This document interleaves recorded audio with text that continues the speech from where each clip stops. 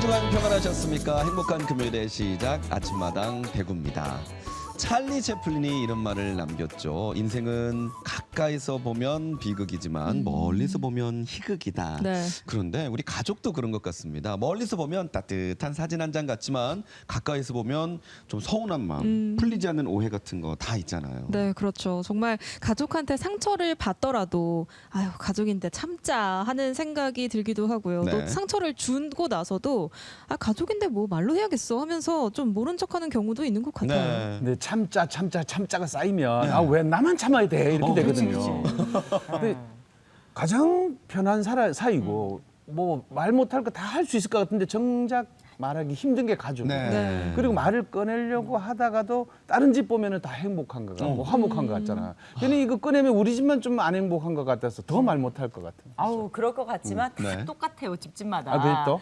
저희 집은 저희 엄마가 저한테 늘 하시는 말씀이 아버지 흉이거든요. 너가 아버지는 집발 몰라가 평생을 나를 어쩌고 저쩌고 너가 아버지가 이게 노래가 됐어요 진짜. 그래서 어떨 때는 아 그래 엄마가 말할 상대가 나밖에 없지로 들어드려요. 네, 네. 근데 이러다가도 나도 좀 스트레스를 받거든. 왜 나한테만 이래? 나도 힘들어. 그럼요. 이렇게 생각이 들어서 안 들어드리고 싶지만 또 어디 가서 얘기해 엄마가. 그렇죠. 그러면서 참자. 그래 뭐 가족인데 이게 이렇게 되더라고요. 나한테는 또 아빠이기도 한데 그렇죠. 아빠 욕을 나한테 그렇죠. 하는 거잖아요. 네. 근데 또 어머니 입장에서는 딸이 그것도 안 들어주냐. 그러니까.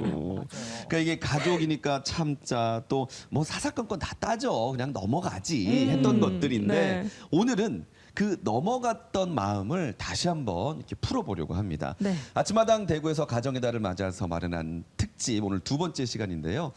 정말 이런 실타래처럼 엉켜있는 이 마음들을 하나하나씩 풀어보는 시간 준비했죠. 네, 그렇습니다. 오늘 모셔볼 분은 박우란 작가님인데요. 네. 수도원에서 10년을 지내신 후에 다시 속세로 나와서 사람들의 마음을 조금 더 들여다보는 그 길을 택했다고 합니다. 오늘은 사랑하는 가족인데 왜 서로를 힘들게 하는지 주제로 이야기 나눠보려고 하는데요. 가족 안에 감춰져 있던 감정들 그리고 그 갈등을 어떻게 풀어가면 좋을지 네. 이야기 들어보겠습니다. 그리고 들으시면서 감춰져 있던 자기 자신의 마음도 한번 더 들여다보면 좋을 것 같습니다. 그럼 작가님 모셔보겠습니다. 나와주세요. 어서 오십시오. 반갑습니다. 네. 어서 오세요. 박우란 작가님 모시겠습니다. 어서 오십시오. 우리 아침마당 대구 시청자 여러분께 직접 인사해 주세요. 안녕하세요. 저는 정신분석 클리닉 피안에서 개인 분석을 전문으로 하고 있는 박우란이라고 합니다. 반갑습니다. 네, 반갑습니다. 박우란 작가님을 제가 좀 더 소개를 해드리면요. 네. 상담 심리학 박사과정을 수료하시고요. 지금은 이제 정신분석가로 활동을 하고 계시는데 약 만여 명의 이제 상담을 만여 진행을 회 하고 이상. 계시다고 해요. 만여 회 이상. 근데 좀 특이한 이력이 있으신데요. 수도원 오늘 다녀오셨다고 해요. 직접 좀 설명을 해주시죠. 장래 희망이 수녀였어요. 오. 그래서 이제 꿈을 이뤘고, 네. 그래서 이제 수녀원에서 10년 정도, 약 10년 정도 살다가 환속을 해서 이제 심리학, 정신분석 공부를 해서 이제 지금 활동을 하고 있거든요. 네. 그래서 이제 수도원에서 어쩌면 이제 청소년기를 보낸 것처럼 제가 이제 한국은 사실 청소년기 때 청소년기를 잘 못 보내잖아요. 네. 보통은 대학 이상 가야지 사춘기도 겪고 이러는데 그래서 저도 이제 수도원에서 그런 것들을 다 겪었던 것 같아요. 네. 혼란, 고민, 네. 내적 갈등 네. 이런 거를 겪던 중에 제 남편과 눈이 맞아서 사건이네요 사건. 그래서 이제 환속을 하게 됐죠. 안에서 만나셔서 네. 이제 나오게 된 네, 계기가. 굉장히 불손한 동기로 매우 거룩하지 않은 동기로 네, 그럼 어쩌다가 또 정신분석가까지 활동을 이어가게 되신 건가요? 이제 처음에 수도원에서는 복지 공부를 했었어요. 복지 공부를 했는데 나와서 이제 이걸 이어가기가 좀 쉽지 않았고, 근데 이제 수도원 복지 공부하면서 정신분석 심리학을 접했는데 저한테 좀 잘 맞는다는 생각을 했었거든요. 그래서 이제 본격적으로 심리학 공부를 시작하고 공부하면서 일하고 그러면서 여기까지 왔죠. 작가님 이제 지나오시면서 이제 만여 회 이상의 상담을 진행하셨다고 하셨는데 보통 평균적으로 언제 몇 월 달쯤에 이제 상담이 가장 많은가요? 보통은 이제 일반 상담실이나 이런 저희 선생님들 보면은 이 가정의 달에 뭐 아니면 명절이 있을 때 이럴 때 이제 폭증한다고 얘기를 네. 하세요. 네. 근데 이제 저 같은 경우는 그렇진 않고 제가 개인적으로 이제 소수의 사례를 봤다 보니까 저 같은 경우에는 이제 뭐 약도 드셔보고 일반 심리 치료 경험도 해봐도 뭔가 이제 마뜩지가 않고 조금 더 심층적인 작업을 해야겠다라고 고민하시는 분들이 이제 물론 뭐 엄마와 딸의 관계 혹은 부부 관계 이런 관계에 대한 고민들도 있으시지만 도대체 내 안에 뭐가 있길래 내가 이렇게 계속 고통을 겪어야 되지? 이런 이제 좀 근원적 고민을 하시는 분들이 이제 계속 꾸준히 오시는 편이에요. 네. 그럼 이제 가정의 달 오늘 특집이잖아요. 네. 5월 가정의 달에는 어떤 상담 내용으로 한번 찾아오시는지 궁금해요. 이제 행사가 많잖아요. 네. 가족 모임 행사가 많고 이러다 보니까 스트레스가 정말 많잖아요. 그래서 꼭 우리가 그래야 할지는 모르겠는데 어쨌든 그러면서 그동안에 누적돼 있던 것들이 이런 어떤 부딪힘 안에서 좀 폭발하기도 하고 갈등이 증폭되기도 하면서 이대로는 안 되겠다. 그래서 보통 이제 딸들이 많이 찾아오세요. 딸들이 찾아오거나 남편 때문에 스트레스를 받는 아내들이 찾아오거나 이런 경우들이 되게 많죠. 행사를 안 해야 되나? 아니 5월은 사실은 진짜 가정의 달이 아니라 가출의 달이 될 정도로 생사가 많잖아요. 스트레스 있잖아. 근데 제가 오늘 이제 오신다니까 쓰신 이제 책들을 이렇게 좀 살펴봤더니 애도의 기술 그리고 여자의 심리 코드 또 딸은 엄마의 감정을 먹고 자란다 이런 책들을 쓰셨더라고요. 그러니까 이런 얘기 많이 듣잖아요. 딸은 엄마 팔자 닮는다. 엄마 삶을 닮는다. 뭐 이런 얘기를 하는데 저 그 말 별로 안 좋아요. 아니 이게 진짜 뭐 과학적으로 근거가 있는 겁니까? 사실 뭐 과학적이라고 얘기하기는 어렵지만 이제 구조적으로 보면 근거가 있죠. 있고 왜냐하면 근데 딸들이 엄마를 제일 많이 생각하면서 엄마 닮는 걸 제일 싫어하잖아요. 제일 엄마 닮았다는 얘기는 일단 다 싫어하고 뭐 저희 딸도 그렇거든요. 닮았다 그러면 싫고 욕인 줄 알아요. 근데 이제 그런 게 이 여성적 구조하고 좀 연결이 되는 것 같아요. 나중에 이제 강의 때 얘기를 하겠지만 이 엄마와 딸 사이에는 심리적 인접성이 굉장히 가깝고 근데 이제 여성이라는 구조가 관계를 중심으로 돌아가고 그리고 이 관계라는 게 이제 동일시 이 여자아이가 엄마를 동일시하는 지점이 많다 보니까 비슷한 지점들 그리고 이제 무의식적인 차원에서는 부모가 의식하지 못하는 충동이나 욕망이나 이런 게 그냥 내사되는 경우도 있어요. 흘러들어가는 경우. 딸이나 아들에게. 그래서 이게 반복이 돼서 우리가 왜 뭐 부모 팔자 물려받는다 뭐 이렇게 얘기하는 게 단순히 부모를 보고 따라하는 게 아니라 그냥 그 가까운 관계는 연류가 되거든요.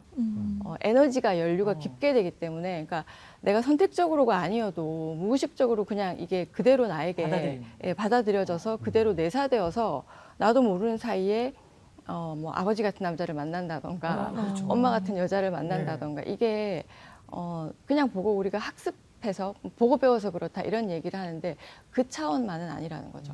좀 더 심층적인 차원이 있어요. 근데 반대로 또 뭐 아들은 아빠 닮아간다라는 말은 잘 안 하시는 것 같아요.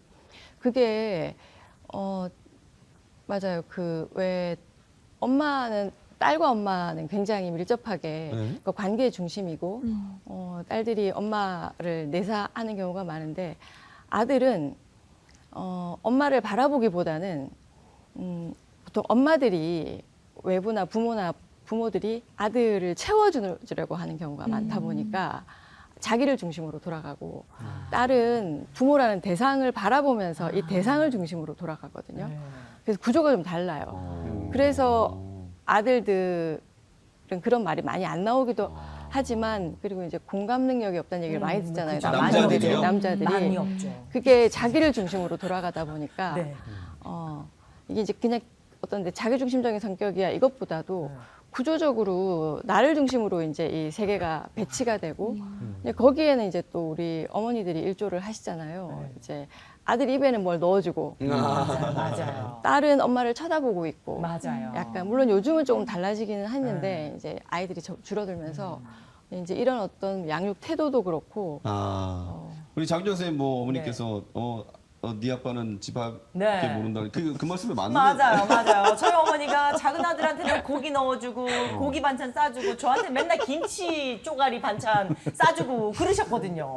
예. 아우. 아니 저는 이제 또 가정이 없다 보니까 가정이 없다고요? 아니, 가정을 꾸리지를 않았다 보니까 내 가족. 그래요. 꾸리지를 않아서 당황했어. 네, 부모님과 네. 이제 사이가 좀 가깝잖아요. 네.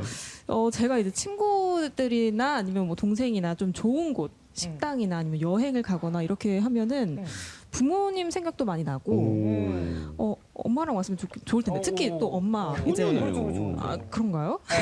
네, 이렇게 생각이 좀 많이 나고 네. 왠지 이제 엄마가 뭐 여행이나 가자 뭐 이런 말이라도 하면은 왠지 모르게 죄책감까지 좀 느껴지는 게 있거든요. 왜요? 내가 못 데려갔다 뭐 이런 네, 친구랑 놀 시간에 엄마랑 놀아도 될 거를 안 했구나 하는 있지, 네, 그런 죄책감이 좀 느껴지기도 하거든요. 이런 거는 왜 이런 건가요? 이제 딸들은 엄마의 슬픔을 자기 슬픔으로 느껴요. 구조적으로. 그러니까 엄마에게 자기를 포함시키는 거죠. 근데 아들은 자기에게 엄마를 포함시키거든요. 구조적으로. 이 내적 구조가 나에게 내가 배가 고파야 애도 배가 고픈지 알잖아요. 네. 보통 이게 이제 그러니까 엄마들은 아이한테 밥을 먹여주면서 내가 배가 부르다고 느끼잖아요. 그러니까 이제 타인을 중심으로 돌아가다 보니까 근데 이제 이렇게 같은 여성 구조가 있잖아요. 그래서 딸은 엄마를 쳐다보고 있고 내가 뭐 어디 가서 행복하다거나 이러면 항상 엄마와 연결이 되어 있죠. 자기의 연장선으로 보는 거예요. 네. 엄마도 딸도 네. 스스로 이렇게 그 조금 더 융합된 관계일수록 좀 분리가 덜 된 관계일수록 그러니까 자기의 연장으로 보다 보니까 내가 뭔가 즐거워도 한 사람을 배제시켜 놓는 것 같고 약간 우리가 이제 약간 좀 극단적인 표현으로 말해서 약간 샴쌍둥이처럼 이렇게 느끼는 딸들도 많이 있어요. 그 이제 아들은 전혀 이해할 수 없는 네, 생각도 못했어요. 그거를 죄책감을 느낄 줄이야. 그렇구나. 네, 그러니까 이제 이런 반응 때문에 보통 딸들이나 아내들이 이제 남성과 남편들은 공감을 잘 못하는구나. 오늘 강의를 빨리 들어봐야 될 것 같아요. 네, 빨리 들어봐야 될 것 같아요. 할수록 안 돼. 빨리 강의 들어야 될 것 같아 진짜. 네, 오늘 강의가 또 벌써부터 기대가 되는데요. 오늘은 어떤 주제로 이야기 나눠주실 건가요?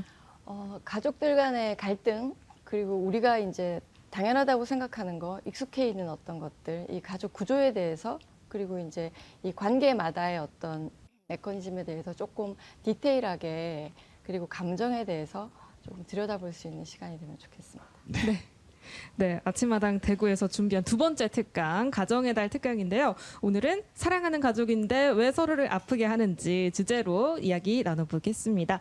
지금부터 박우란 작가님의 강의를 박수로 청해 듣겠습니다. 네.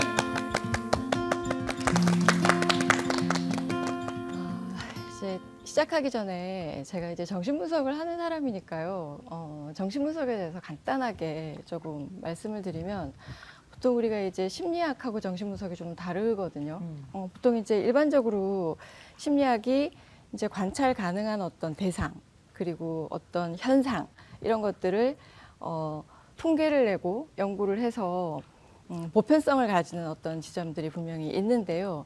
정신분석은 관찰 가능한 대상 너머에 있는 무의식이 주인공이라고 할 수 있을 것 같아요. 우리가 다 무의식 얘기하잖아요.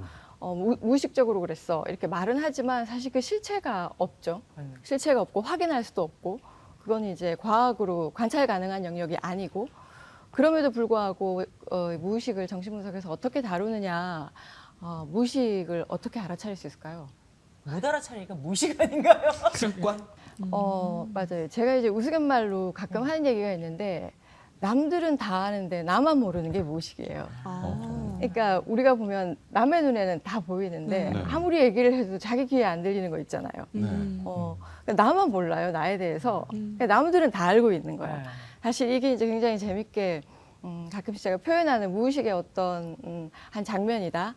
근데 이제 조금 더 디테일하게 얘기하면 무의식은 우리가 쓰는 말과 말 사이의 행간이라고 얘기하는 게 있어요. 그러니까 이제 비언어적인 어떤 것이죠. 네. 그냥 표현되어지는 말, 그 사이의 행간, 그리고 말을 하는 방식, 내용보다는 전달하는 방식, 그리고 이제 습관, 그리고 반복적인 패턴, 그리고 이제 증상 이런 것들을 통해서 우리가 무의식을 표면 위에 있다라고 해요.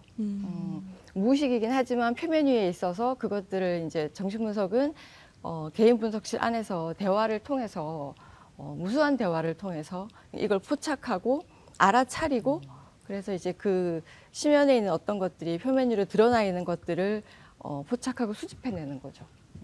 그걸 정신분석이라고 이해하시면 될 것 같아요. 이제 가정의 달이라서 이제 저를 또 초대를 해주셨잖아요. 네. 화목하세요? 노력하고 있죠. 빨리 대답하세요. 화목하려고 빨리 대답하세요. 노력하는 중입니다. 네. 화목하세요? 때때로 예. 때때로 예. 이게 가장 정상적인 거. 오. 좋아하시는 정상. 건가요? 네. 이게 오히려 정상이에요. 정상 비정상. 왜냐하면 근데 왜 화목해야 되죠? 가족이니까? 왜 그러니까 가족은 왜 화목해야 되죠? 화목하지 않으면 좀 불편하니까. 불편하겠죠. 그런데 또 화목해지려고 해도 불편하죠, 그죠? 네. 근데 사실 한번 질문해 보셔야 될 것 같아요. 우리가 너무 당연하게 생각하는 것들 있잖아요. 뭐 엄마는 이래야 되고 아빠는 이래야 되고 가족은 이래야 되고 그리고 또 뭐 첫째는 이래야 되고 남편은 이래야 되고 이게 진짜 그래야 되는 게 아니라 학습한 어떤 것들이 많잖아요. 그리고 어떤 사회적인 약속도 분명히 있겠지만 근데 당연한 게 사실은 없어요. 당연한 게 없고 왜 제가 그 김쌤 얘기가 네. 오히려 정상에 가깝다고 얘기를 하냐면요. 성인이 된 부모와 성인이 된 자식이 함께 있을 때 불편한 건 자연스러운 거예요. 이 미성년자인 애들이 엄마 아빠만 쳐다보고 같이 놀아주고 혹은 뭐 함께 시간을 보내면서 즐겁고 행복한데 이미 이제 다 자란 성년이 부모와 함께 시간을 길게 보낼 때는 불편함이 생기는 건 당연하거든요. 자연스럽다. 이미 사춘기만 돼도 애들이 부모랑 안 있으려고 하잖아요. 자기 어떤 기호가 생기면서 그래도 이제 우리가 또 이거 좀 다른 얘기지만 왜 이렇게 아들들은 결혼을 하면 효자가 되는지 효자가 돼요? 아니 그 미혼일 때는 엄마들이 쫓아다니면서 밥도 챙겨줘야 되고 막 이러잖아요. 근데 어째 결혼만 하면 이렇게들 효자들이 되는지 그래서 아내들이 힘들잖아요. 그렇죠. 이제 조금 더 가부장적인 가족 구조를 이어가는 경우에는 그런 것 같아요. 그래서 아내들이 또 불만이죠. 그 총각 때 엄마한테 무심한 거 보고 결혼했는데 결혼하고 내가 이렇게 잘할 줄 몰랐다 이런 경우들 많이 있으시잖아요. 그래서 불편하고 좀 부자연스럽고 어색하고 이런 것들은 굉장히 자연스럽다. 그런데 우리가 이 자연스러움의 불편한 상태를 허용하지 않고 뭔가 자꾸 화목해지려고 하고 네. 서로 뭔가 너무 막 행복해지려고 애를 쓰는 것이 우리를 사실 굉장히 불편하게 한다. 그리고 뭐 때가 되면 만나야 되고 저는 개인적으로 이제 제가 뭐 저희 부모님은 부산에 계시거든요. 제 억양에서도 이제 경상도 억양이 있듯이 부산에 계시는데 바쁘기도 하지만 1년에 뭐 몇 번 뵙지를 못해요. 굉장히 불효막심한 이제 자식이잖아요. 하지만 그것보다는 중요한 거는 연결인 것 같아요. 연결. 어딘가에 부모님이 있고 어딘가에 내 자식이 있고 그래서 각자가 서로 잘 살고 있고 우리가 그래서 어떤 때가 되었을 때 즐겁게 만날 수 있으려면 그만큼의 거리가 있어야 되거든요. 그런데 한국의 가족들이 인접성이 너무 높아요. 그 인접성이라는 건 물리적인 인접성을 말하는 게 아니고 뭐 요즘에는 아이를 키우는 것 때문에 물리적인 인접성도 많이 높기는 하지만 심리적 인접성이 너무 높은 거예요. 제가 보기엔 특히 좀 심할 정도로. 그래서 우리나라의 경우에는 가족주의가 좀 강한 것 같거든요. 가족주의라고 하면 결국 그 인접성을 말하는 건데 심리적인 인접성 이런 얘기 많이 하시잖아요, 부모님들이. 혹은 가족밖에 믿을 게 없다. 아, 그렇죠. 세상 살아봐도 다 그거 없고 아무도 믿을 사람이 없다. 가족밖에 믿을 게 없다. 이런 얘기 하신단 말이에요. 진짜 그러세요? 살면서는 오히려 가까이 있는 이웃이 더 믿을 만할 때가 있던데요. 이제 여러분들이 이제 이 강의를 들으시면서 제가 좀 불손한 이야기들을 많이 하게 될 수도 있는데요. 왜냐하면 그 이야기를 하는 가족 구성원, 그 구성원을 그 주의 깊게 보셔야 돼요. 뭐 엄마가 될 수도 있고 아빠가 될 수도 있고 뭐 뭐 자녀가 될 수도 있는데 왜냐하면 가족밖에 아무것도 누구도 믿을 수 없다라고 이야기하는 분의 어떤 그 마음 안에는 가족에 대한 의존도가 굉장히 높은 거죠. 이 얘기는 다르게 얘기하면 내가 나만의 삶이나 나만의 시간을 가꾸어 가는 것이 힘들다, 불편하다. 그래서 가족에게 조금 더 의존하고 어떤 시간과 삶을 가족에게 의지하는 경우들이 많아요. 그런데 여러 구성원 중에 만약에 각자 할 일이 바쁘고 삶이 바쁘면 서운해지시잖아요. 네. 이럴 때 그런 이야기들을 하시거든요. 그 남한테 다 잘해봐야 소용없다. 그 얘기는 요구가 담겨 있어요. 네. 조금 더 가족 안으로 들어와서 그렇죠. 우리끼리 조금 더 정을 나누자. 왜냐하면 사람은 근본적으로 애착동물이에요. 우리가 태어나서 이제 어쨌든 엄마와 아이가 굉장히 친밀한 애착 안에서 시작하잖아요. 그게 뭐 엄마가 있는 아이든 없는 아이든 간에 어쨌든 사람은 애착동물인데 기본적으로는 굉장히 애착감, 연결감을 느끼고 싶어 한단 말이죠. 뭐 나이에 불문하고.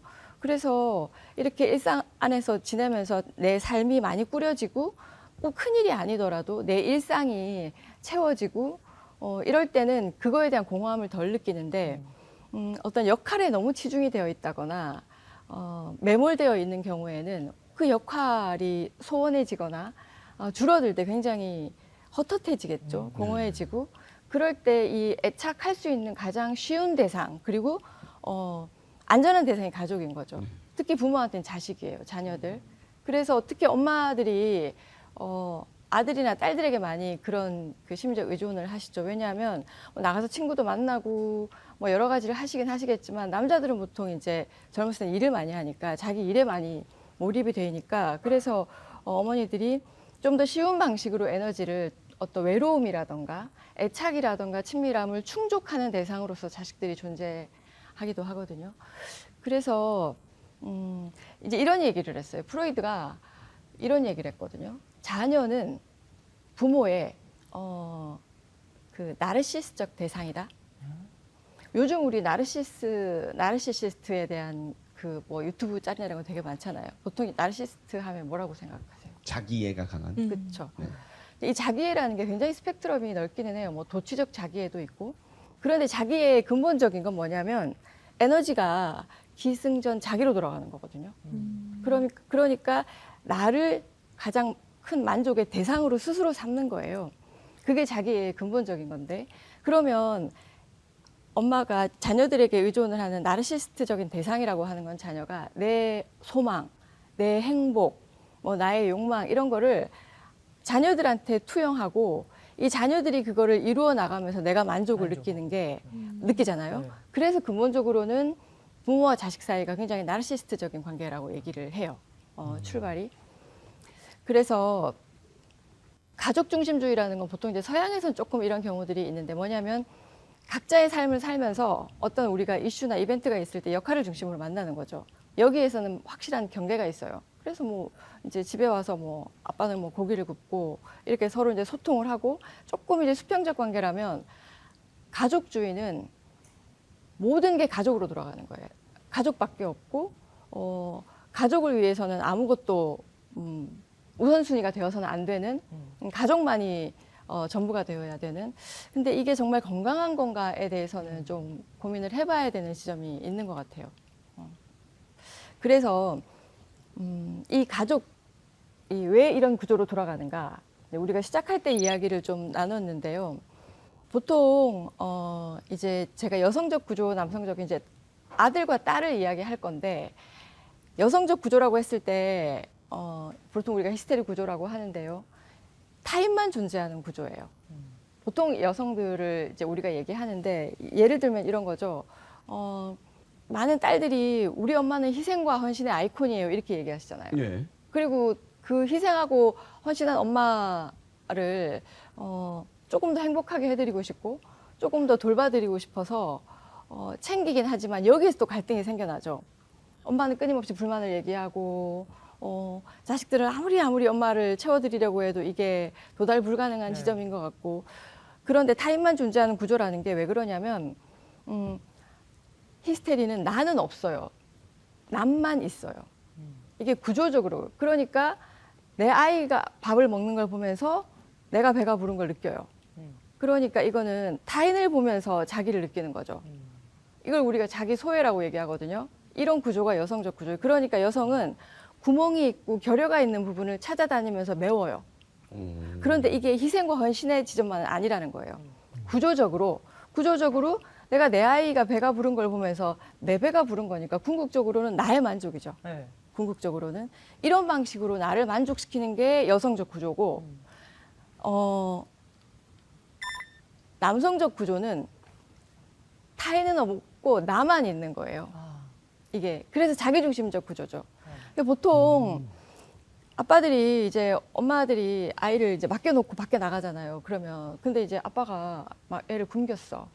근데 이제 자기가 배가 안 고팠던 거예요. 근데 문제는 그러면 이제 아내들이 막 난리가 나죠. 그렇죠. 뭐 새끼에 대해서 당신은 관심도 없고 그렇죠. 어떻게 근데 이게 사랑의 문제가 아니거든요. 당신은 굶어도 애는 먹여야지. 이게 이제 이게 왜 맞아요, 왜 맞아요. 그러냐면 타인이 먼저 존재하니까. 네. 그러니까 이거를 희생과 헌신을 이타성하고 연결하시면 안 돼요. 이타성하고 연결하시면 안 돼요. 이타성은 선택적이죠. 의식적이고 내가 있는 상태에서 타인을 구한다거나 돕는다거나. 그런데 이 히스테리 구조에서는 그냥 우선적으로 타인을 먼저 취하는 거기 때문에 구조적인 거라 이거는 이타성하고는 사실은 조금 분리가 돼야 되는 거. 그러니까 아이들을 통해서 자기를 실현하는 거예요. 그러니까 조금 더 의존적인 지점이 있죠. 어떤 면에서는. 그런데 우리 입장에서는 자식들 입장에서는 희생이 맞죠. 네. 근데 이 희생이라는 그 메커니즘 안에는 그런 만족의 어떤 구조들이 들어있기 때문에 그리고 나서 아빠들이 사랑이 없어서 그러냐? 그게 아니에요. 얘기하면 알아듣는데 그러면 그럼요. 몇 시에 밥을 줘? 이렇게 얘기하고 나면 밥을 줘요. 그럼요. 그런데 여성들처럼 그냥 당연히 알아서 하겠거니 하면 잊어버리는 거잖아요. 이 구조가 자기를 중심으로 돌아가다 보니까 내가 배가 고파져야지 이제 보이는 거예요. 눈에. 야, 너도 배고프지? 네. 그리고 보통 제가 예전에 이런 일이 있었어요. 결혼 초기에 저희가 어렵게 결혼을 했잖아요. 남편하고 이제 산책을 나갔는데 남편이 살던 동네로 저를 데려가더라고요. 그리고 한 2시간 동안 성지순례 하듯이 자기가 자란 초등학교 뭐 이런 걸 데려가는 거예요. 네, 네. 그래서 제가 너무 힘들었거든요. 자기만의 타임캡슐에 빠졌네요. 그래서 제가 네. 별로 안 궁금한데. 별로 안 궁금한데 자기는 너무 그러니까 내가 있는 곳을 내가 중요하게 생각하는 배우자에게 알려주는 게 자기는 너무 기쁨이고 이 사람에게도 기쁨일 거라고 생각하는 거예요. 네. 제가 그 마음 알죠. 기쁨일 거라고 생각하는 네, 거죠. 네. 근데 보통 이 여성적 구조는 너 뭐 필요한 거 없니? 넌 어떤 일하고 이 상대를 계속 살피게 되는데 그렇죠. 이 남성적 구조는 그게 아니라 내가 좋은 건 너도 좋을 거야. 내가 싫은 건 너도 싫을 거야. 이런 방식으로 이제 돌아간단 말이죠. 그러니까 이 남성적 구조, 히스테리 구조와 강박 구조에 있는 남성이 합이 맞겠죠. 왜냐하면 자기를 중심으로 돌아가는데 이 여성이 계속 이 남자는 뭐가 부족한 게 없나, 뭐가 더 필요한 게 없나 이렇게 보니까 얼마나 좋겠어요. 근데 이제 여기서 끝나면 좋은데 우리가 아름답고 화목하게 한 쌍의 커플이 이루어지면 좋은데 이제 여기서 끝나는 게 아니죠. 왜냐하면 이 여성의 이 히스테리 구조, 여성적 구조라는 것이 제가 말씀드린 것처럼 타인을 만족시키면서 자기를 만족시키는 거잖아요. 그러니까 내가 타인을 만족시킬 때 여기에 무언의 요구가 들어있어요. 무언의 요구죠. 저희가 무언의 요구가 있다는 건가요? 그렇죠. 무의식적 요구가 들어있어요. 내가 이렇게 열심히 할 때 스스로도 알아차리지 못하는 사랑의 요구가 들어있어요.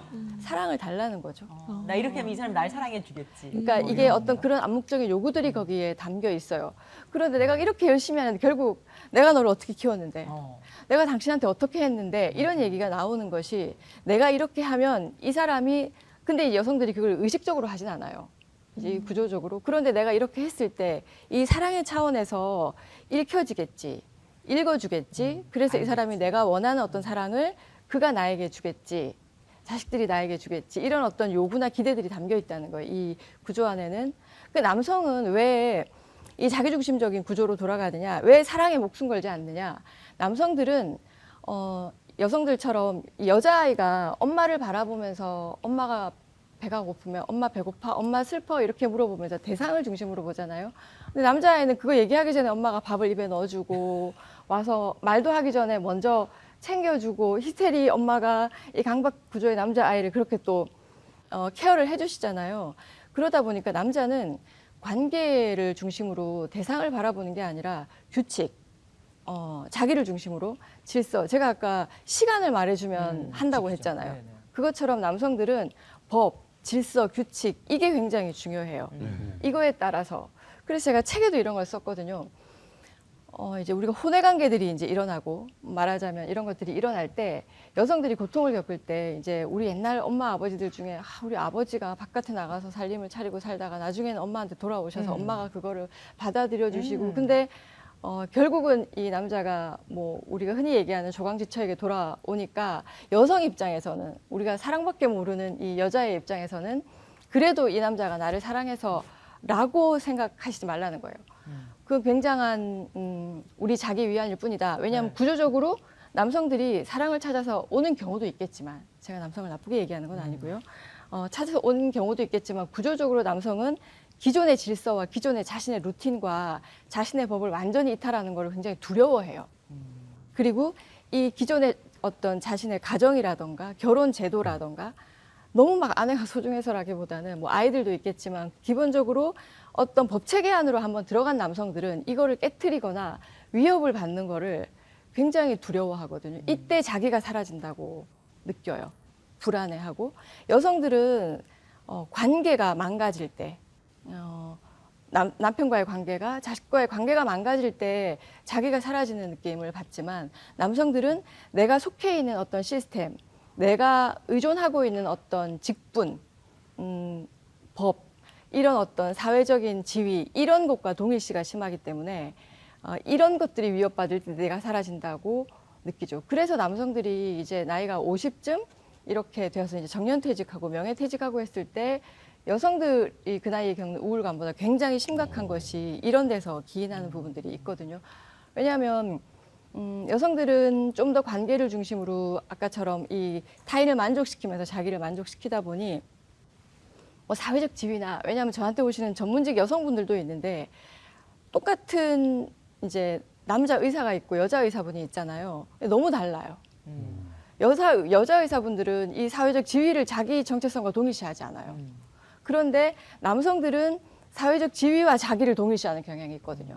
근데 이제 이것도 굉장히 좀 정신적으로는 아주 건강하다고 할 수는 없어요. 왜냐하면 내가 이 사회적 지위가 죽을 때까지 유지될 수도 있지만 그게 이제 변화가 있잖아요. 뭐 그런 뭐 의사라는 직업이나 변호사라는 직업은 유지될 수 있지만 이 사회적 직분이나 그 지위가 어떤 나이나 여러 가지 변화를 겪는데 거기에서 유연해지지 못해요. 유연해지지 못하고 그 직분과 자기 정체성에 동일시되면서 굉장히 경직되고 그러면서 나중에 어떤 이 지위의 위협을 받거나 신분의 존중을 받지 못한다고 생각할 때 그들은 자기 스스로가 부정당한다고 생각하는 부분. 이게 이제 남성적 구조라고 보시면 될 것 같아요. 그래서 조금 이제 이 남자와 여자의 차이에 대해서 조금 이해가 되시나요? 네. 근데 작가님 그 남편들이 아내를 따라서 쇼핑 가는 게 거의 전쟁터 나가는 스트레스와 맞먹는다고 하는데 그럼 여성들은 상대방을 만족시키면서 자기가 만족한다는데 그 쇼핑 데리고 나가는 심리는 대체 어떤 데서 나온 이유일까요? 보상심리 아닐까요? 거기서도 사랑을 원하는 걸까요? 결제를 원하는 걸까요? 결제. 두 개 다겠죠. 네. 두 개. 왜냐하면은 일단은 이 사실 여성들이 왜 남성들의 어떤 그 뭐 같이 나갔을 때 여자는 사랑받는다고 느껴요. 그치. 함께 갈 때 내가 그럼요. 어떤 그 뭐 남편, 뭐 지분 같은 남편 혹은 결제를 해줄 때 단순히 돈의 문제가 아니라 내가 뭔가 돌봄받는다는 느낌을 받죠. 이제 어쨌든 여성 입장에서는 그때 사랑받는다고 느끼는 것 같아요. 왜냐하면 남편이 너무 싫은데 그래도 꾸역꾸역 가가지고 먼 산이라도 보고 이렇게 버텨주면 아, 이 사람이 태도를 보는 거죠. 아우 너무 자기중심적이다. 그때 이제 사랑을 느끼는 거고 남성들은 혼자 두면 사랑을 느끼잖아요. 나만의 시간. 그러니까. 너무 좋아하더라고요. 시간 남성들은 주니까. 혼자 두면 사랑을 느끼죠 그때.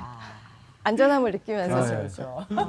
그래서 이런 이제 우리의 어떤 연동 안에서 그 엄마들이나 가족들이 서로에게 퍼붓고 서로를 돌보고 하는 것이 사실은 굉장히 심리적 의존일 수 있다. 이거를 사랑이라는 이름으로 서로를 올가매면 나가서도 일을 할 때도 계속 가족 생각을 해야 되고 아까 얘기하셨잖아요. 밖에 나가서 맛있는 걸 먹는데 내가 맛있는 걸 먹을 때 맛있는 거 먹어야죠. 마음 편하게 즐기고 친구들이랑도 즐기고 그건 남편도 아내도 마찬가지인 것 같아요. 그리고 돌아왔을 때 혹은 함께 하게 됐을 때 또 같이 맛있는 걸 먹으면 되잖아요. 그런데 이게 심리적인 인접성이나 이런 걸로 계속 연결이 되어서 죄책감을 느낀다거나 부적절감을 느낀다면 그거는 좀 더 건강하기보다는 심리적인 밀착과 융합 상태에 있을 가능성이 높다. 이건 좀 점검이 되어야 될 부분인 것 같거든요. 그래서 여기서 중요하게 보셔야 되는 게 이거예요. 우리가 이렇게 제가 지금 얘기를 하잖아요. 얘기를 하는데 얘기를 할 때 에너지를 쓰잖아요. 이 에너지를 제가 여러분들한테 쓰고 있고 외부로 쓰고 있잖아요. 네. 외부로 쓰고 있단 말이죠. 밖으로 에너지를 쓰는 거거든요. 그래서 건강하게 사시려면 에너지를 밖으로 좀 쓰셔야 돼요. 그런데 왜 요구냐면 제가 아까 헌신과 희생을 얘기했을 때 여성들이 이 사람한테 에너지를 쓰니까 밖으로 쓴다고 생각하는데 네. 아니에요. 내가 이 사람한테 막 희생하고 헌신하는데 내가 희생하고 헌신하는 내 모습을 볼 수도 있거든요. 네. 그리고 내가 이 사람을 예쁘게 입히고 가꿔서 거기에서 나를 만나는 거예요. 그러면 이것도 하나의 사랑의 요구이고 아까 우리가 나르시시스트라고 얘기했지만 어떤 자기애적 사랑일 수 있다는 거죠. 이 사람이 필요한 것을 주고 어느 순간에 멈출 수 있어야 되는데 내가 왜 엄마들도 그렇고 뭐 아내들이나 남편들이 배우자가 자신이 어떤 색깔로 입혀주는 걸 좋아하는 사람도 있죠. 편하니까 그게. 근데 이렇게 했을 때 되게 뿌듯해하고 기뻐하잖아요. 근데 이게 이제 온전히 에너지를 밖으로 쓰기보다는 자기만족적 차원이 클 때는 이걸 우리가 좀 더 자기애적인 사랑이라고 얘기하거든요. 그래서 내가 어떤 방식으로 에너지를 사용하고 있는가. 그래서 그런 것들을 좀 체크해 보셔야 될 것 같아요. 죄책감에 대해서 얘기를 좀 해볼 건데요. 아까 이제 우리 앵커님은 왜 죄책감을 느끼지? 네. 딸들이 엄마에게. 왜 그런 이해할 수 없는 어떤 그런 지점들. 네. 그런데 왜 딸들은 이렇게 내가 행복해질 때 죄책감을 느낄까?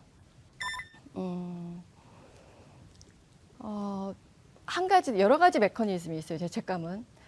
좀 단순하게 얘기하면 엄마들이 이제 일하는 엄마들이 죄책감을 많이 얘기를 해요. 애들을 좀 케어해주고 싶잖아요. 죄책감은 행위하지 않기 위해서 감정적으로 자기를 처벌하는 보상 효과가 있어요. 이해가 되세요? 어려운데요. 그러니까 감이지 않아요. 죄책감은 감정이에요. 네. 감정 상태. 근데 이게 진짜 죄라고 생각하면 내가 막 진짜 뼈가 빠질 것 같아도 애랑 놀아주고 이래야 되는데 놀아줄 수가 없어. 네. 너무 힘들어 나도. 네. 그러니까 근데 그 놀아주지 못한 것에 대한 것을 죄책감으로 상쇄를 하는 거예요. 내가 미안한 마음을 갖는 것으로서 스스로가 그게 일종의 자기 처벌 효과가 있어요. 그러니까 죄책감이 유난히 강하다면 그걸 한번 의심해 보셔야 돼요. 사실은 죄를 지었으면 가서 우리가 뭐 벌을 받던가 아니면은 죄를 지었으면 직접 사과를 하고 어떤 직접적인 소통을 해야 된다. 죄라고 얘기해서 죄송한데요. 죄가 아니라 어떤 이제 갈등이 생겼을 때. 근데 우리는 어떤 고통이나 갈등이 왔을 때 죄책감을 느끼고 이것도 굉장히 자기애적 방식의 해결이에요. 스스로를 처벌하는 거죠, 그냥. 감정적으로 스스로를 괴롭게 하면서 퉁치는 거죠, 일단 어떤 면에서. 그래서 넘어가는 거예요. 왜냐하면 죄책감을 느끼면서 더 놀아줄 순 없어. 네. 내가 나도 몸을 더 피곤해. 움직일 순 없어요. 근데 미안한 감정은 나도 있어. 그렇죠. 내가 가서 내 여행을 포기할 순 없어. 근데 가서 계속 죄책감은 느껴. 맞아요. 엄마를 데리고 왔어야 되는데. 그러니까 이제 이런 일차적인 기제가 있을 수 있다. 근데 이것만이 전부는 아니에요. 이것만이 전부는 아니고 죄책감이 죄를 만들 수도 있어요. 네? 죄가 없었는데 네. 이제 이게 하나 사례가 있는데 제가 임신을 했을 때 굉장히 스트레스를 많이 받았거든요. 근데 극도의 스트레스를 이제 뭐 고부간의 갈등도 좀 있고 남편과도 어렵게 나왔는데 이제 쉽지가 않고 이제 이러면서 극도의 스트레스를 받으면서 그런데 우리가 그 당시에 한창 유행하던 그게 엄마가 스트레스를 받으면 아이가 아토피가 된다는 게 있었어요. 아, 있었어요. 있었잖아요. 맞아요. 예. 그래서 제가 맞아요. 불안해지기 시작하는 거예요. 네. 내가 이렇게 스트레스를 받으면 이 뱃속에 있는 아이가 분명히 아토피가 아토피. 생길 텐데 계속 불안했어요. 근데 스트레스를 안 받을 수는 없고 계속 갈등이 생기고 이제 싸우기도 많이 싸우고 이러면서 제 안에 이제 굉장히 강력한 그 죄책감이 자리하기 시작하는 거죠. 이미 스트레스는 왔어. 이미 아이는 뱃속에 있어. 근데 나는 이게 불안이 올라오기 시작해요. 그러면서 이제 애가 태어났어요. 그런데 이제 태열이라고 하잖아요. 애가 막 그 피부에 여러 가지 증상들이 나타나는데 내가 불안하니까 조금만 나면 이거 아토피 아닐까? 어. 그리고 제가 병원을 다니기 시작했어요. 병원에서 선생님들이 아이고 이거 신생아들은 다 있는 거예요. 이거 다 그럴 수 있어요. 이거 태열이에요. 이거 지나가면 괜찮아요. 그런데 안 믿는 거예요. 의사 선생님이 얘기하면 믿어야 되잖아요. 전문가가 난 죄를 얘기하니까 내가 이미 내 안에서 죄를 짓고 내가 이미 뭔가 결정을 하고 있는 거예요. 이 무의식적으로 정말. 그러니까 전문가가 얘기를 하면 안심이 돼야 되잖아요. 이거 아닙니다. 그런데도 안 믿어요. 불안이 계속 있는 거죠. 아니야, 난 스트레스를 받았어. 분명히 나는 뭔가 나쁜 짓을 한 거야, 아이한테. 그러다가 정말 제가 한 6개월 이상 병원을 계속 이제 애는 피부 발진이 심해지고 이래서 한 돌쯤 돼서 제가 기어이 아토피 진단을 받았어요. 네? 병원에 가서 네, 아토피예요. 근데 세상에 그때 마음이 편안해지는 거예요. 어머. 불안이 그때 사라지는 거예요. 확인을 받았어요. 내 안에 실체 없는 불안의 어떤 것이 이게 애를 잡는 거죠, 사실은. 엄마의 불안과 엄마의 죄책감이 아이 증상을 만들어내는 이게 제가 산 증인이죠. 그래서 그때 남편이 이제 속이 시원하냐 이러는 거예요, 저한테. 속이 시원해? 더 아이러니한 거는 이미 이제 확증을 받았잖아요. 그리고서는 이 로션 바르시고 이 연고 바르시면 돼요. 그리고 그 연고 착실히 바르고 그때부터 제가 신경을 안 쓰니까 아토피가 6개월 만에 사라지더라고요. 그러니까 이게 어떤 이 심리적인 기제, 죄책감이 화를 부르네. 죄책감이 죄를 만들기도 하는 거예요. 이 죄책감은 왜 오느냐? 우리가 가진 어떤 불안. 그리고 뭐 내가 스트레스를 좀 받았지만 스트레스 받았다고 다 엄마가 스트레스 받았다고 아토피가 되나요? 우리가 태교 잘한다고 애가 다 잘 크는 것도 아니고. 근데 우리가 이렇게 여러 가지 정보나 학습에 의해서 지배를 받아요. 그러니까 짓지 않아도 죄를 짓게 되고 죄가 아닌 것도 죄로 느끼면서 증상을 만들어내는 거죠. 그래서 괜히 멀쩡한 아이를 아토피로 만들기도 하고 이게 이제 연결된 부모와 밀접하게 연결된 특히 엄마와 아이 간에 연결된 어떤 지점들. 그래서 아이들이 여러 가지 어떤 증상을 나타낸다거나 징후를 나타낼 때 우리가 부모들이 의식하지 못하는 게 아이를 통해서 드러나는 경우가 굉장히 많이 있어요. 그리고 이제 자식들 입장에서 내가 그 엄마를 좀 더 챙겨줘야 될 것 같은데 아버지를 좀 더 챙겨줘야 될 것 같은데 계속 마음이 무겁잖아요. 이것도 자기 애 하나예요. 왜? 내가 아니면 안 될 것 같거든. 내가 왠지 그 역할을 해야 될 것 같거든요. 우리 부모님한테. 내가 뭐라고. 이런 케이스가 있었어요. 어떤 엄마와 아버지가 너무 치열하게 싸우고 이 부모님이 근데 이제 중간에서 아들, 딸이 정말 너무너무 괴로워하고 하다가 결국은 이제 딸은 도망을 간 거죠. 해외로 도망을 갔고 이제 정말 너무 치열하게 물고 뜯고 근데 이제 아들은 어떻게 해서든 뭔가 좀 지키고 있다가 아들도 결국은 나중에는 이제 집을 나가버렸어요. 모르겠다. 아이러니한 게 뭔지 아세요? 그 두 분 사이가 좋아졌어요. 두 분이 오히려 잘 지내기 시작하는 경우들이 생기는 거예요. 그러니까 이 자식들한테 집중을 하고 자식들이 매개를 하려고 할수록 사실은 별로 좋은 효과가 아니에요. 그러면서 내가 뭔가 부모에게 좋은 역할을 해야 될 것 같고 우리 가족에게 어떤 중요한 역할을 해야 된다는 것도 너무 자기를 크게 생각하는 거예요. 내가 아니면 안 된다라는 게 일종의 거대 자기거든요. 이 거대 자기라는 게 막 자아 도취돼서 너무 막 그 자기를 대단하게 생각하는 도취적 자아도 있을 수 있지만 그게 아니라 나 때문에 뭐가 잘못됐을 거야. 내가 잘못해서 아이를 망칠 수 있을 거야. 이것도 하나의 거대 자기예요. 자기가 너무 큰 거예요. 자기 자신한테. 그래서 아니요. 그냥 가족은 좀 화목하지 않을 수도 있어요. 아까 그 앵커님이 시작 멘트 할 때 그런 얘기 하셨잖아요. 다 화목해 보여요. 사진 찍으면. 근데 우리 들어가 보면 별로 없어요. 다 아파요. 다 아프고 다 지지고 볶고 다 이런 어떤 자기의 이해관계. 인간은 근본적으로 자기중심적이거든요. 아까 우리가 여성적 구조를 얘기했듯이 아이를 먹이면서도 내 만족에 에너지가 간단 말이죠. 인간은 근본적으로 자기를 만족시키는데 굉장히 있어요. 그러니까 자식들이 잘 살거나 행복해지거나 혹은 이랬을 때 좋으면서도 부모들이 나 너만 좋으면 되니? 넌 행복하니? 이게 다 질투의 말이거든요. 넌 남편 잘 만나서 뭐 이런 얘기들 하시잖아요. 그래도 너는 뭐 넌 와이프 잘 만나서 좋겠다. 뭐 이런 얘기들도 이게 질투의 말이 섞여 있는 거예요. 가장 가까운 사이일수록 가장 동물적인 지점들이 분명히 있는 거. 제가 가장 강조하고 싶은 건 우리가 화목해야 되고 가족은 긍정적이어야 되고 아니요. 기본적으로 우리는 굉장히 불편하고 취약한 존재들이에요. 구멍이 많고 서로 꺼끌꺼끌하고 매우 자연스러운 현상이라는 거죠. 더 중요한 건 그냥 그런 채로도 또 그 불편한 채로도 함께 있을 수 있고 좀 견뎌주기도 하면서 이렇게 지내는 게 가족인 것이지 남들은 저렇게 화목하고 남들은 부모 자식 간에 저렇게 잘 지내는데 우리는 왜 이러지? 이제 이런 생각들을 하시잖아요. 아니요. 들여다보면 다 비슷해요. 다 비슷하다는 걸 꼭 기억하셔야 돼요. 왜냐하면 저는 사실 부러운 사람이 별로 없거든요. 왜냐하면 너무 대단한 사람들, 심지어 영적 지도자, 뭐 사회적 리더, 뭐 이런 분들도 똑같아요, 우리랑. 똑같고, 물론 이제 어떤 것들을 특히 이제 저한테 그런 얘기 하시잖아요. 선생님은 정신분석하고 수도원에도 있었으니까 뭔가 되게 그 위에서 아주 초연하게 아니 똑같아요. 저와 여러분이 다르지 않고 또 여러분과 우리가 대단하게 생각하는 분들이 내적으로 들어갔을 때 정말 다르지 않아요. 보편적이에요, 인간은. 굉장히 보편적이기 때문에 크게 다르지 않다. 그리고 대부분이 불편하다. 아까 말씀하신 것처럼 우리는 때때로 행복하다. 그리고 때때로 화목하게만 해도 된다. 그걸 좀 기억하셨으면 좋겠고 일상 안에서 내가 에너지를 어떻게 쓰시는지는 관찰하셔야 돼요. 그래서 내가 이 에너지를 막 애들을 위해서 쓰고 있는데 이 딸하고 엄마가 여행을 갔어요. 딸하고 엄마가 여행을 갔는데 이제 이 딸이 오랜만에 엄마랑 여행을 준비한 거죠. 좋은 시간을 보내고 싶어서. 근데 엄마가 계속 움직이시는 거예요. 한순간도 가만히 있지 못하고 뭐 설거지하고 또 뭐 음식 챙겨 와가지고 또 이거 먹어라 저거 먹어라 막 이렇게 얘기를 해주시는 거예요. 이 딸이 이따가 폭발을 했어요. 엄마 좀 편하게 우리 가서 맛있는 거 사 먹고 있으면 되는데 아유 그런 거 비싼 거 뭘 먹니? 내가 너를 위해서 이것도 챙겨왔고 내가 너 편하게 있으라고 가만히 있으라고 너 그 좀 쉬어야지. 이때 딸을 위하는 것 같잖아요. 아니요. 이 어머니가 에너지를 자기에게 쓰시는 거예요. 딸을 위해서 무언가를 하고 있는 나, 딸을 위해서 내가 무언가를 움직이고 있는 나, 그리고 무언가를 하고 있는 나를 내가 느껴야 살아있다고 느끼는 거예요. 그러니까 이 만족의 궁극적인 에너지 지점은 자기 자신이에요. 그럴 때 우리가 또 소외감을 느껴요.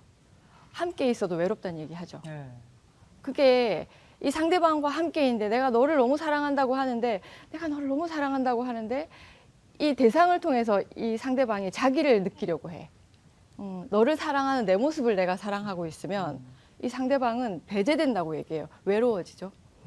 부모 자식들 사이에 이런 경우들이 많아요. 사랑을 받는다고 하는데 한다고 하는데 우리가 서로를 어떤 방식으로 소외시키고 있지 않는지 에너지를 어떻게 쓰고 있는지를 생각하셔야 될 것 같아요. 그래서 가족, 자식들도 끊임없이 부모한테 인정받으려고 하죠. 그죠? 인정받으려고 하고 부모님들도 자식한테 인정받으려고 해요. 그거는 같은 맥락이에요. 이 대상을 통해서 내가 인정받으려고 하는 게 사랑을 주면서 나를 자꾸 확인하려고 하는 거. 그래서 우리의 궁극적인 어떤 많은 에너지의 지점이 내가 되려고 하는 거. 그리고 우리가 어떤 상황이나 관계 혹은 악한 상황, 악한 조건 하에서는 누구도 악한 행동을 할 수도 있고 악의를 가질 수도 있거든요. 그런데 나는 선한 사람이야. 혹은 선하고 싶은 거죠.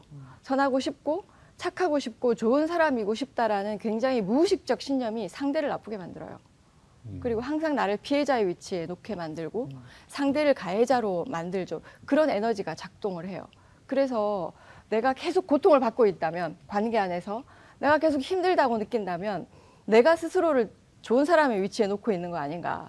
그 특별히 좋은 사람 없다. 우리가 다 아까 비슷하다고 얘기했잖아요. 특별한 사람도 없고 특별히 좋은 사람도 없다. 그래서 그런 부분을 좀 생각해 보셔야 될 것 같아요.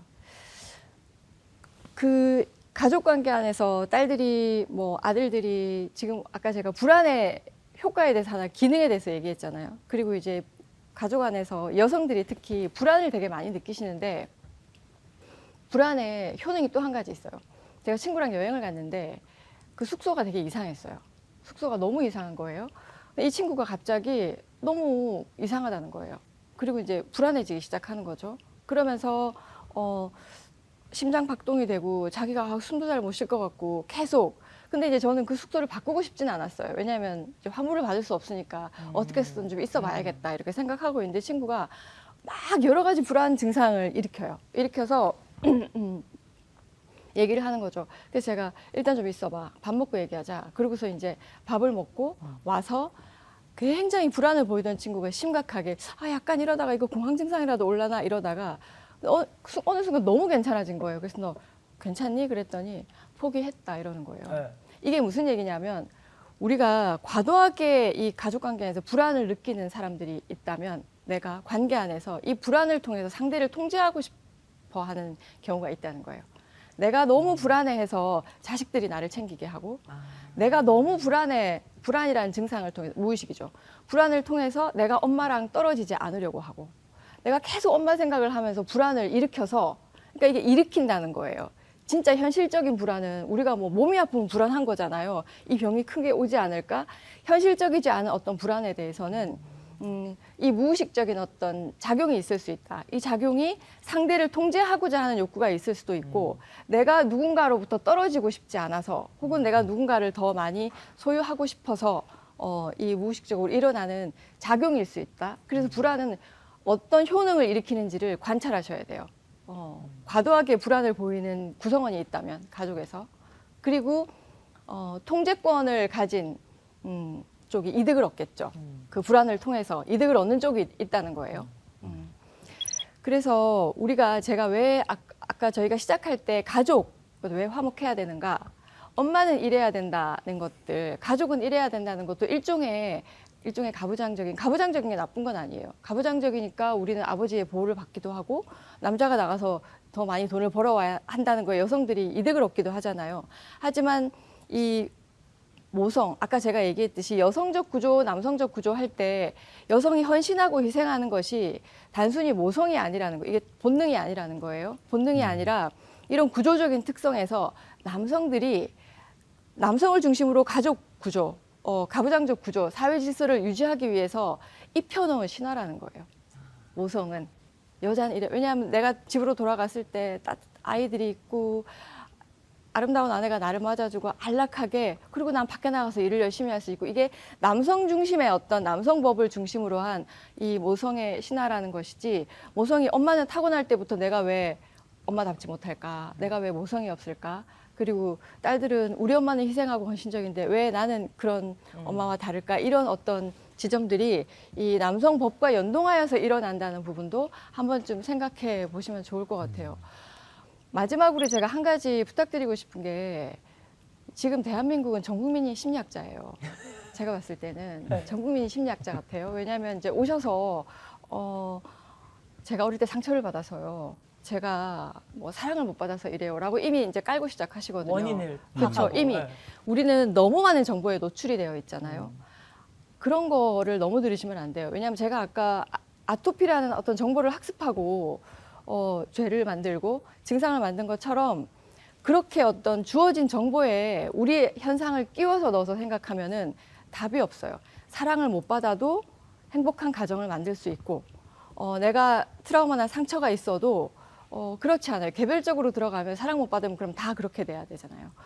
절대 그렇지 않거든요. 그래서 그렇게 이런 원인에 의해서 이렇게 됐을 것이야라는 어떤 정보, 지식에 의해서 자신의 상태, 자신의 무의식을 해석하고 판단하려고 안 하셨으면 좋겠다. 그래서 나에 대해서 내 상태가 이런 것을 그냥 꾸준히 관찰하시고 우리 가족이 불편한 거는 이런 불편한 것들이 있구나라고 알아차리시고 가장 중요한 거는 아이와 어른의 가장 큰 차이는 말이거든요. 언어예요. 감정을 이렇게 꿍 하고서는 이야기하지 않고 알아주길 바라는 건 아이의 태도예요. 아이는 엄마가 와서 읽어주길 바라고 엄마가 찾아와서 아빠가 찾아와서 달래주기를 바라죠. 그런데 어른은 말을 하는 거잖아요. 그래서 불편한 게 있으시면 일단은 언어로 전달하는 거 싸우셔도 돼요. 그 싸우면서 물고 뜯고 치고받고 싸우면서 우리 안에 있는 어떤 그 핵심적인 이슈들, 불편감들이 드러나고 그 안에서 좀 멀어져야 될 관계라면 좀 멀어져야겠죠. 멀어져야 되고 소원해질 수밖에 없다면 소원해져야 되고 화해가 일어난다면 또 화해가 일어날 수 있을 것 같습니다. 그렇게 가족 관계를 좀 편안하게 바라보시면 좋겠고요. 어떤 의무나 책무들에서 조금 편안하게 노연하셨으면 좋겠어요. 일단 내가 잘 살아야 너도 잘 살 수 있다. 내가 행복해야 우리가 같이 행복할 수 있다. 이걸 꼭 기억하셨으면 좋겠습니다. 네. 네. 아니 김쌤 질문이 좀 많으실 것 같은데. 아, 네. 저는 그 우리 서두에도 은정 씨 어머님도 아버님 그 탓을 하셨고, 근데 주위를 봐도 중년 이상의 부부들 아내의 얘기를 들어보면 남편을 존경하고 사랑하고 자녀들에게 아빠 칭찬해주는 사람을 본 적이 없거든요. 그 작가님도 저서에 남편을 버려야 내가 산다. 그러니까 결국 이 남편 입장에서 딱 그 시대에 중년 이후에 남편의 입장에서 우리는 과연 이렇게 쓸모없는 존재인가? 우리는 왜 이렇게 됐을까? 슬퍼. 진짜 그거 진짜 한번 꼭 여쭤보고 싶습니다. 뭘 잘못했기 때문에 이렇게 됐는지. 뭘 잘못? 진짜 버려져야 되는 존재인지. 그 사실 그래서 저는 이제 남편을 버렸는데요. 그 심리적으로. 근데 그게 실질적으로 뭔가를 버리라는 게 아니라 조금 더 심리적 자립을 이야기하는 거죠. 왜냐하면 아까 말씀드렸듯이 심리적으로 이 사람이 나를 얼마나 사랑해줘야 되고 얼마나 돌봐줘야 되고 이걸로 내 행복이 가늠이 되니까 여성들이 굉장히 많이 불행해지잖아요. 그게 아니라 그래 그래 너는 네가 잘 살고 난 내가 잘 살지 뭐 이러면서 이제 내가 내 만족을 스스로 찾고 어떻게 해서든지 어떤 심리적인 자립 이게 되면 남편이 버려지는 느낌을 받거든요. 거기에서 진짜 버려진 느낌 받죠. 그렇게 여성이 자기의 삶을 중심으로 자기에게 집중하게 될 때 타자가 아니라 자기에게 집중하게 되면 남자들은 불안해져요. 그때부터. 왜 저러지? 그러면서 이제 그때부터 이제 불안해지고 갑자기 일찍 들어오기 시작하고 이게 아이러니한 게 그런데 우리가 마치 연애할 때처럼 밀당을 하듯이 그거는 의미가 없어요. 진짜 에너지가 자기에게로 돌아가면 함께 있는 사람은 불안해지는 건 맞아요. 그래서 또 가정 안으로 더 들어오기도 하고 뭐 각자가 이 가족이라는 거를 너무 어떤 전형적인 형태로 생각 안 하셨으면 좋겠다. 여성들이 그렇게 좀 더 자립적으로 감정적으로나 어떤 부분에 있어서나 사실은 하루 종일 아이들 케어하고 뭐 남편 기다리고 이런 거 하시다가 에너지를 나중에 어떻게 해야 될지 몰라서 또 우울감을 느끼고 왜냐하면 그들이 그만큼 나에게 반영해주지 않을 때 인정해주지 않을 때 자존감이 되게 낮아지잖아요. 그래서 예전에 어떤 정신과 의사 선생님이 이런 얘기 하시더라고요. 여성분들이 애들이 조금 크고 시간이 나면 나가서 전단지라도 돌리라고. 이 얘기가 돈을 벌라는 얘기가 아니거든요. 그만큼 자기가 어떤 에너지를 자기 스스로에게 살아있는 느낌이 들게끔 에너지를 쓰시라는 거죠. 그러면서 이제 우리가 감정적인 유착, 뭐 이런 의지, 의존 이런 것들을 좀 하게 되니까 남성들은 그런 면에 있어서 어쨌든 자기를 중심으로 돌아가지만 옆에 있는 사람의 욕구에 대해서 좀 읽어내려고 하는 태도가 필요하다는 거예요. 이 사람이 정말 무엇을 원하고 있고 그래서 원래 그렇고 내가 뭐 다 책임지고 있고 이렇게 우리는 가족이 잘 돌아가니까 아니 뭐가 걱정이야. 내가 바람도 안 피고 술도 안 먹고 도박도 안 하는데 이런 옛날 얘기 많이 하시잖아요. 이걸로는 안 되거든요. 이걸로는 되지 않죠. 내가 뭐 나쁜 짓도 안 하고 내가 뭐 주사가 있기를 해. 뭐가 문제야 당신은 도대체. 뭐 이런 얘기 하시는 분들 많단 말이에요. 문제가 있어요. 문제가 있는 게 이 관계 안에서 교감을 한다든지 연결감을 충분히 느끼지 못할 때 여성들이 그때 괴로워지거든요. 그때 남성들이 귀찮고 힘들어도 도대체 이해를 못하겠네가 아니라 왜 이러는 거지? 라고 이제 좀 들으려고 하는 태도. 이게 중요한 것 같아요. 그것만 해도 사실 상당 부분 많이 좀 해결이 될 것 같아요. 네. 네, 오늘 가족 간의 갈등과 감정 그리고 저조차도 몰랐던 제 마음속 이야기까지 들을 수 있었던 정말 따뜻한 강의였습니다. 오늘 좋은 강의 들려주신 박우란 작가님 고맙습니다. 감사합니다. 네. 아 오늘 방송 보면서요. 네, 아 그래 꼭 화목하지 않아도 되는구나. 네. 그쵸. 그래 좀 싸워도 되는구나라는 말씀을 들으니까 아 뭐 그래도 가족이라는 테두리 안에 있으니까 좀 마음이 편안해지는 그런 시간이었습니다. 네, 그렇습니다. 또 아침마당 대구에서 가정의 달 특집으로 준비한 세 번째 시간이 기다리고 있는데요. 네네. 다음 주에는요 얼굴도 성격도 그리고 직업까지 똑같은 붕어빵 가족을 모셔보려고 합니다. 네 오늘 저희가 전해드린 소식은 여기까지입니다. 저희는 다음 주 금요일 아침에 다시 찾아뵙겠습니다. 여러분 고맙습니다.